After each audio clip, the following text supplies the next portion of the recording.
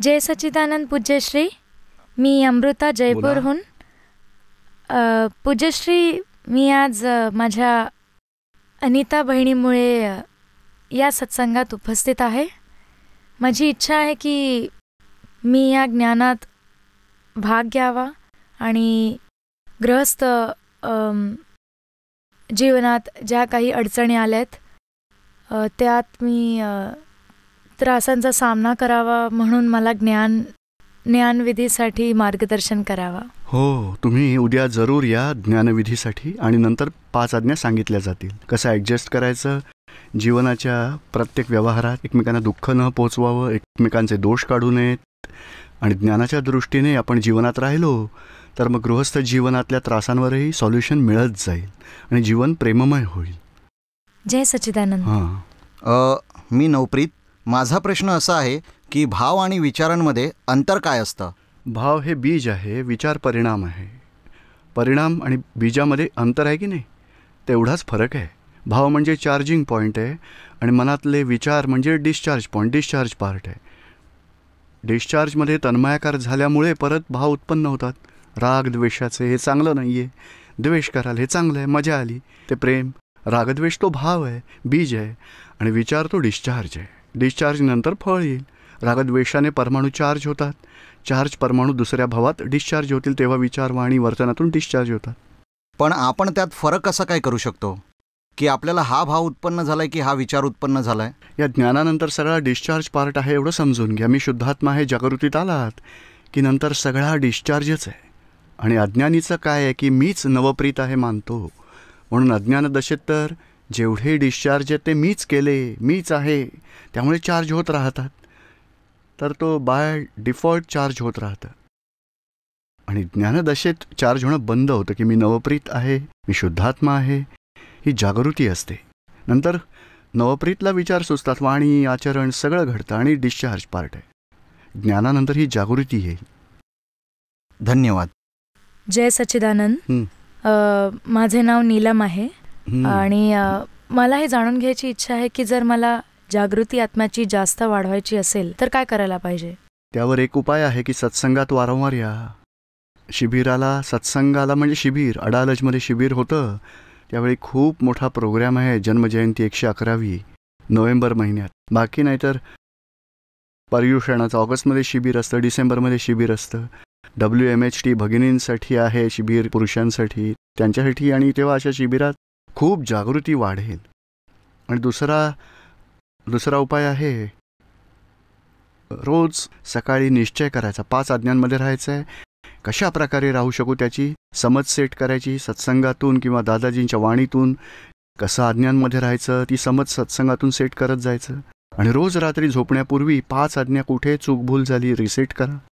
शुद्धात्मा सर्वांच्यातला पहा, व्यवस्थेच्या आज्ञा, फाईल्सच्या आज्ञा, किती आज्ञांमध्ये चूकभूल झाली रिसेट करत राहा. रोज रात्री तेवढा पुरुषार्थ करा.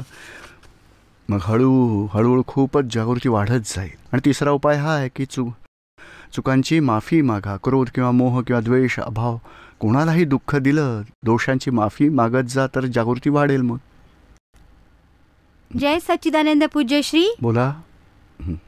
लोभ कमी करण्यासाठी सरळ आणि सोपा मार्ग सांगावा. तुमच्याकडे किती आहेत सांगा? 20 करोड आहेत? नाही. किती? 200 कोटी आहेत? नाही. तर मग लोभ तर बड्यांना असतो, छोट्यांना कसला आला लोभ? नाही पूज्यश्री, म्हणजे हे नाही कळत की मुलांना किती खर्च करू द्यावा आणि मोठे फाईल टू ते जेव्हा खर्च करतात तेव्हा तर त्यामुळे आतून जीव नुसता जळतो. हां, मग किती इन्कम आहे त्या हिशोबाने ॲडजस्टमेंट करायची की बाबा 25,000चं इन्कम असेल तर 15-20 हजारापर्यंत खर्च करा, जास्त नका करू, थोडं सेव्हिंग्ज होईल. ॲडजस्टमेंट काटकसर करायची थोडी थोडी. पण हा लोभ कमी करण्याचा मार्ग असा आहे की थोडं दान करा, चॅरिटीमध्ये थोडं 5%, 2% तरी भगवंतांसाठी द्या किंवा गरिबांसाठी काही ना काहीतरी करा. एक उपाय हा आहे. दुसरा उपाय आहे, आपल्या मर्यादा ठरवून घ्या की बस 30 लाख झाले किंवा 1 कोटी झाले की बंद करायचा हा धंदा. नंतर आत्म्यासाठी, मोक्षासाठी पुरुषार्थ करायचा. आणि तिसरा उपाय हा आहे, निसर्गच करेल. एवढं मोठं नुकसान होईल, 2 2 कोटीची कपॅसिटी असेल तर 10 कोटींचं नुकसान होईल. तेव्हा विचार करतील आता दुसरं दुकान उघडलं आहे, दुसरा धंदा केला आहे, दुसरी फॅक्टरी अजून नको ती उघडायला, जेवढं होतं छोटं छान होतं, चूक झाली, खूप पश्चाताप होईल. तेव्हा लोभाची गाठ तुटेल, निसर्गच धडा शिकवेल, तेव्हा तुटेल. आपली तर आसपासचे खर्च करतात तेव्हा मत्सराने आतून बघतात की ह्या मोहाची लोभाची गाठ तुटते, मोह तुटतो. प्रेमाने समजावून पटवून सोल्युशन काढायचं तेवढं काढा, बाकी द्वेष करू नका, समभावाने निकाल करा. जय सच्चिदानंद. बोला. पूज्यश्रीच्या चरणी कोटी कोटी नमन.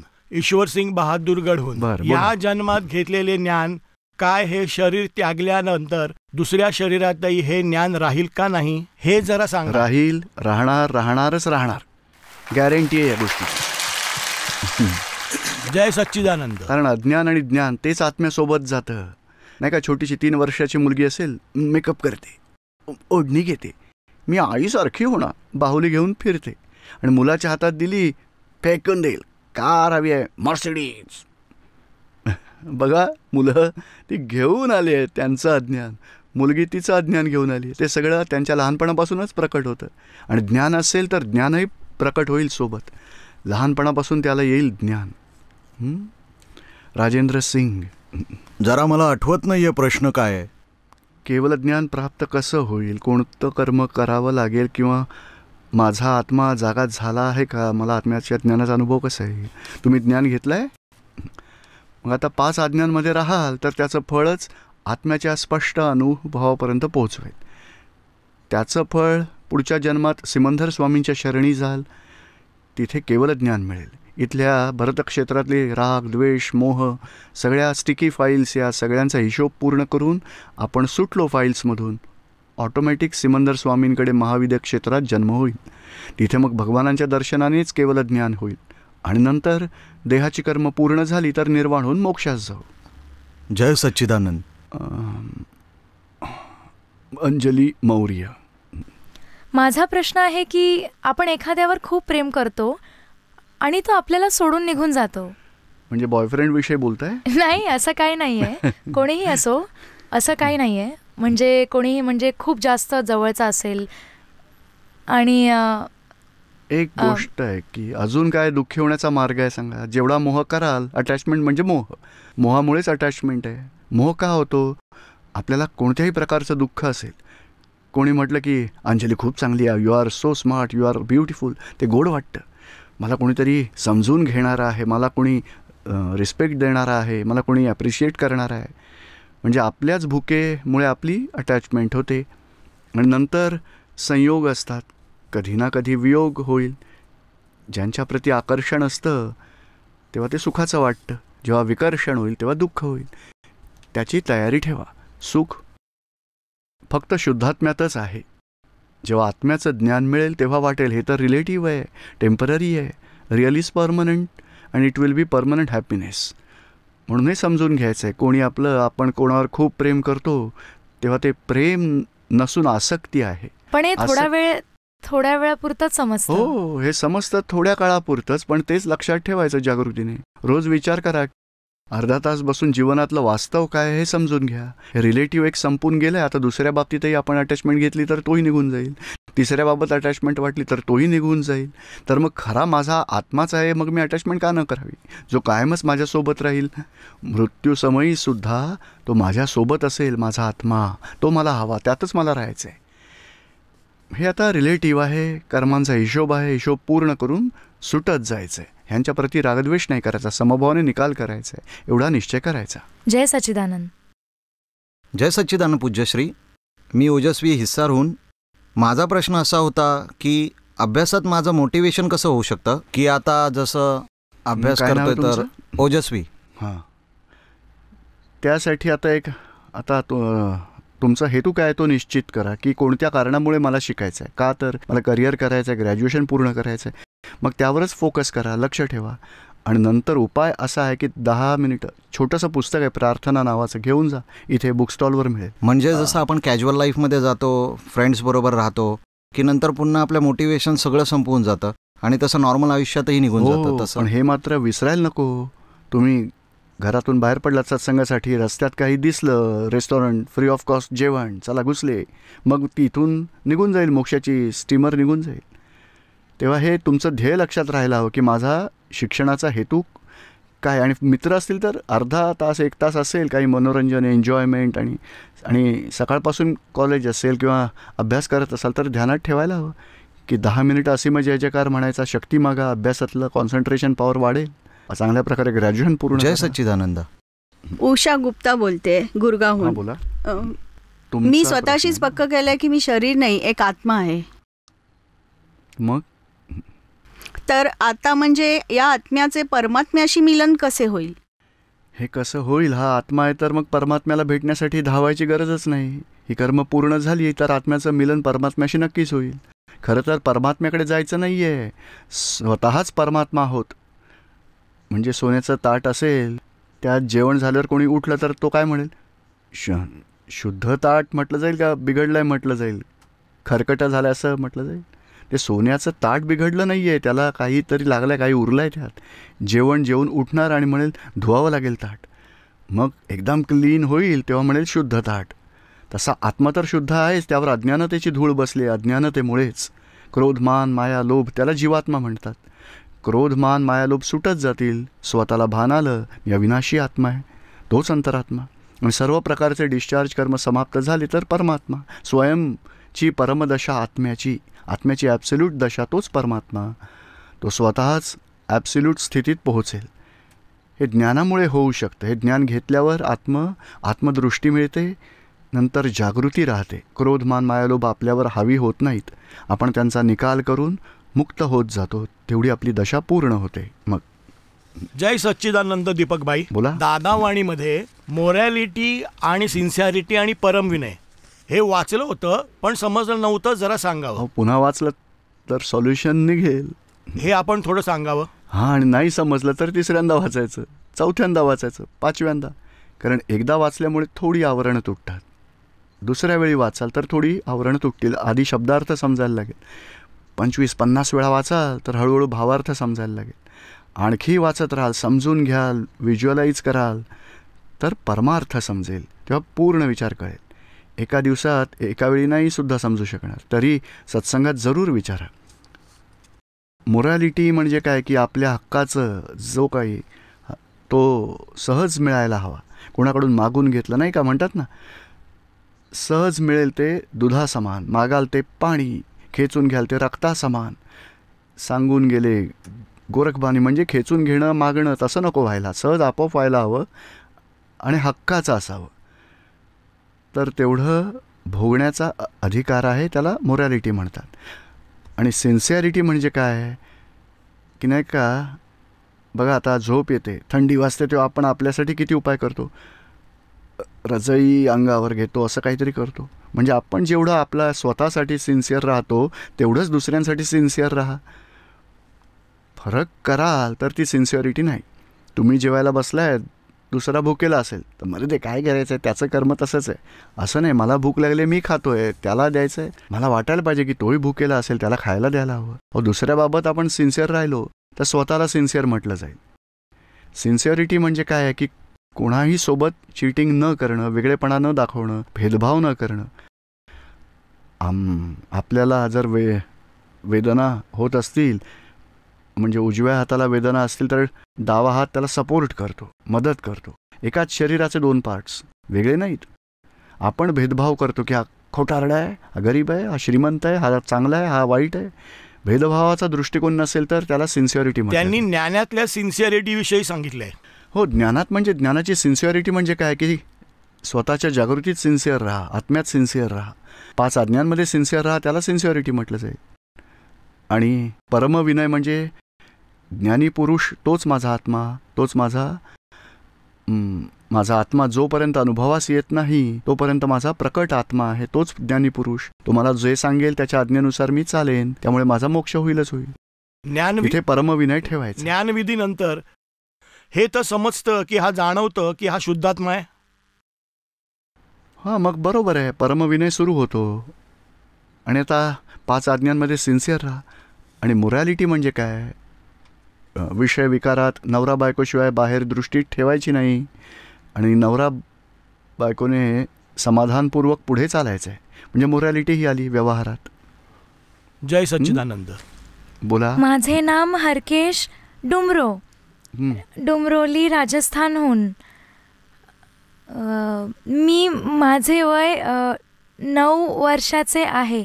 माझा प्रश्न असा आहे की आत्मज्ञानी पुरुष काय मेल्यानंतर पुन्हा येऊ शकतात का? येतात ना. कुठे जाणार? दुसऱ्यांच्या कल्याणासाठी जीवन असतं.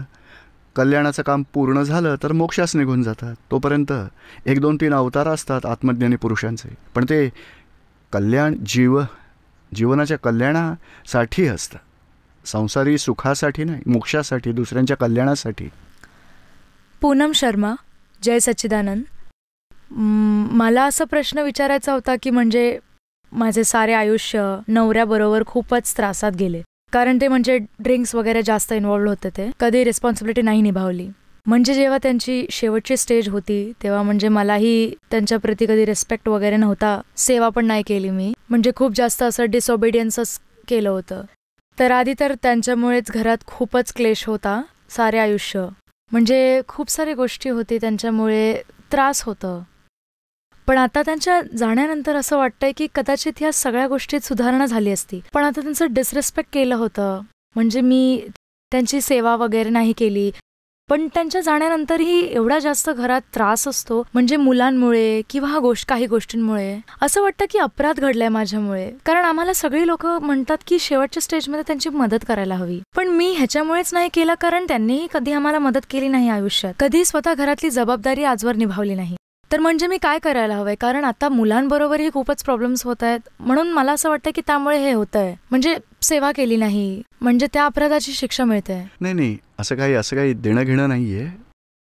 पण एक गोष्ट नक्की आहे की आपल्या त्या कर्मांचा उदय होता. त्यांचा जो काही व्यसन कुसंग होता त्यांच्या डिस्चार्ज मध्ये होता. त्यांच्याप्रती द्वेष केला, त्या द्वेषाला जरूर प्रतिक्रमणाने धुवायला हवं. आणि आता जे कोणी आता मुलं मुली आहेत घरात, मुलं, त्यांच्याशी आता प्रेमाने व्यवहार ठेवा त्यांच्याबरोबर. जे काही रागद्वेष, एक गोष्ट जरूर समजून घ्या की आपल्या आसपास पती किंवा मुलगा किंवा कोणी सासू कोणी असेल, आपले रागद्वेष आपण घेऊन आले त्याच्यामुळे ते लोक आपल्याला भेटले. आपल्या रागद्वेषातून आपण वितरागी असतो तर हे कोणी संबंधात आलेच नसते. आपण रागद्वेषवाले होतो म्हणून रागद्वेषाच्या आधारे व्यक्तींचा संबंध येतो. आता आपल्याला व्यक्तींच्या निमित्ताने उत्पन्न झालेल्या आपल्या रागद्वेषानं धुवायचं आहे. तेव्हा आपल्याला मुक्ती मिळेल. बाकी व्यक्ती सुधारतील असं नाही आहे. हिवाळ्याच्या सीझनमध्ये सुधारेल आणि थंडी वाजणं बंद होईल असं नाही होणार. आपल्यालाच जॅकेट घालावं लागेल. म्हणजे त्यांना सुधारायचं नाही, आपण ज्ञानात राहायचं आहे. रागद्वेष आपण धुवायला पाहिजेत. आपण जेवढे रागद्वेष धुवत जाऊ तेवढे आसपासच्या व्यक्तींशी, आजूबाजूच्या लोकांशी आपले क्लेश होणार नाहीत.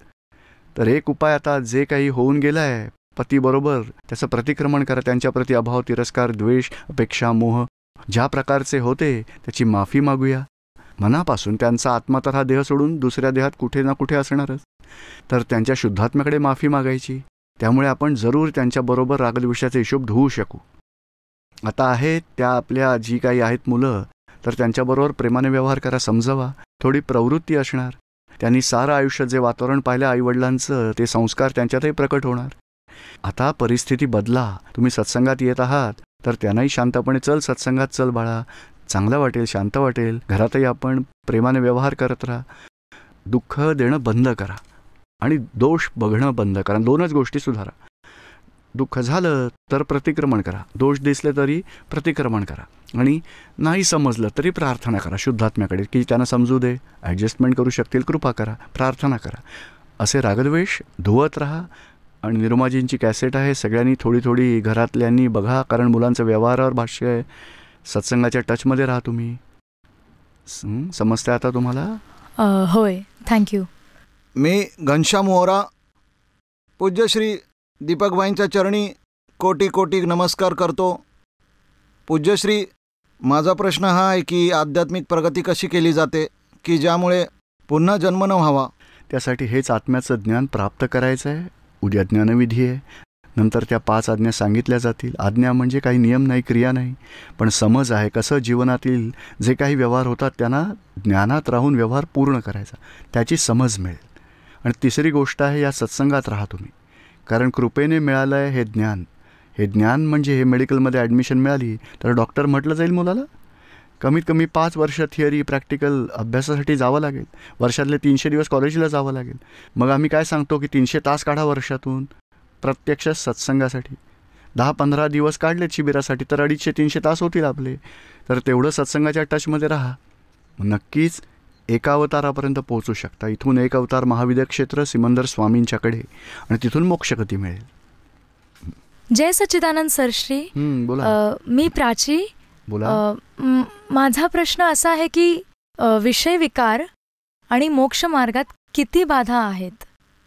तसं तर मोक्ष मार्गात विषय विकारासाठी एखाद्या व्यक्तीची गरज पडते की नाही भोगण्यासाठी, पण मोक्ष मार्गात आत्म्याच्या शोधाकरता जेवढंही दूर जाल सगळ्या बाधाच बाधा आहेत.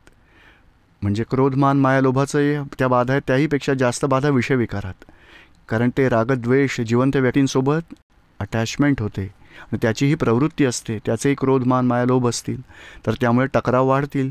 जेवढं सुख घ्याल समोरच्या व्यक्तीकडून तेवढंच रिॲक्शनमध्ये दुःख येईल. आणि दुःखाच्या वेळी हे लक्षात येत नाही की माझ्याच मोहामुळे मी या व्यक्तीबरोबर अटॅच झाले होते, त्यामुळेच मला दुःख होत आहे. तेव्हा असंच वाटतं की हा माणूस असा आहे, यामुळेच मला दुःख मिळत आहे. आणि तसे दोषी बघितल्यामुळे अनंत संसार बनले आहेत. संसारात भटकण्याचं बीज पेरलं जातं. त्यामुळे त्यावर उपाय एकच आहे की जे काही आपल्या हिशोबात आला आहे, पती आहे, पत्नी आहे किंवा व्यवहार आहे, तो आतून आता ज्ञानात राहून व्यवहार पूर्ण करा. मोहाने व्यवहार नाही, कर्तव्याने व्यवहार पूर्ण करून सुटू तरच मोक्षगती मिळेल. जय सच्चिदानंद. बोला. मी ओंकारगिरी दिल्लीहून. बोला.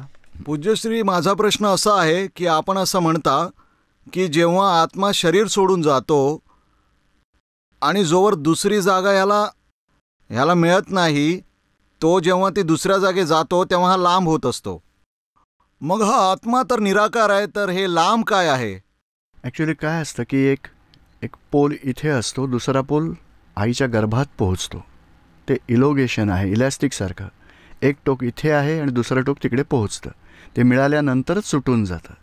आत्मा तर सूक्ष्मतम आहे, निराकार जरूर आहे, पण त्याचं द्रव्य आहे, साऱ्या ब्रह्मांडात पसरू शकतो, एवढा मोठाही होऊ शकतो, मुंगीपेक्षाही छोटा, सूक्ष्मतमापासून स्थूलापर्यंत सारा त्याचा असा विकासही होऊ शकतो, संकुचितही होऊ शकतो.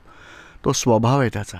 आणि इथे या गर्भात तर हे कारण शरीर जे बांधलं आहे, ह्या जन्मात जो क्रोध मान माया लोभाने कर्म बांधले आहेत, त्या कारण शरीरामुळे आत्मा कारण शरीर आणि इलेक्ट्रिकल बॉडी तो खेचून घेतो. स्थूल शरीर इथे राहून जातं. दुसरा गर्भ मिळाला की हा देह सोडून देतो. हे नैसर्गिकपणे होत असतं. खूप खूप धन्यवाद पूज्यश्री. आजचा विषय आपला होता तो मोहाचा. तर मला मोह खूप पडतो. आता ओंकारगिरीला होतोय म्हणून वेगळा ठेवा. आणखी एक लेवल सुधारा. आपल्या मोहामुळे कोणाला दुःख द्यायचं नाही आहे. आणि दुसरी लेवल हे सुधारताना कोणत्याही प्रकारचा मोह पूर्ण नाही झाला तरी दुःखी व्हायचं नाही, ज्ञानाने सॉल्व्ह करायचं. बस. तर या 2 लेवल सुधाराल तर हळूहळू मोहाची ग्रंथी. धन्यवाद पूज्यश्री. मी आपला सत्संगला 2 वर्षापासून ऐकत आहे, पण मी जिथे पहिल्यांदा आलेलो मला खूप आनंद आणि चांगलं वाटत होतं आपल्याजवळ. आणि मी आपले जे सत्संग ऐकले आहेत त्यामुळे 2 वर्षात आमचे जीवन एवढे बदलून गेलेत की गावात लोक मला महात्मा बोलायला लागले. अरे वा, दखल बंद झाली आहे. आणि मी एकटा बसलो असेल तरी समाधीत असतो आणि कोणी सोबत बसला असेल तरी त्यालाही त्याचा आनंद मिळतो. आणि मी विचार करतो, अनुभव तर झालेला नाही आहे. हे जे आपलं ज्ञान आहे बुद्धीमध्ये आहे की कुठे चित्तामध्ये आहे, पण जिथे कुठे बसलेलो असतो तेव्हा समाधीत असतो, एकटाच खूप एकचित्तात असतो आणि खूप आनंद मिळत असतो. कोणी बोलवलं तर असं वाटतं की जाऊ नये, की दुःख होतं, की समाधीतच राहावं. तर बरोबर आहे. ही बुद्धी आपली सम्यक झाली आहे. विपरीत बुद्धी निघून गेली. अटॅकिंग असणं, दुःखी असणं, आक्षेप घेणं, दोष बघणं, ती नेगेटिव्हिटी निघून गेली की त्याला सम्यक बुद्धी म्हणतात. ती सम्यक बुद्धी झाल्यावर नंतर आतून खूप शांतता वाटते. आसपासच्यांनाही त्रास होत नाही आपल्यामुळे, त्यांनाही छान वाटतं. आणि उद्या ज्ञान मिळेल तेव्हा पुढची लिंक चालू होईल. पूज्यश्री, म्हणूनच अनुभव घ्यायची इच्छा आहे माझी. हो, या उद्या ज्ञान घ्या. 5 आज्ञांमध्ये राहिल्यामुळे अनुभवाचे अंश वाढतील. खूप खूप धन्यवाद. जय सच्चिदानंद.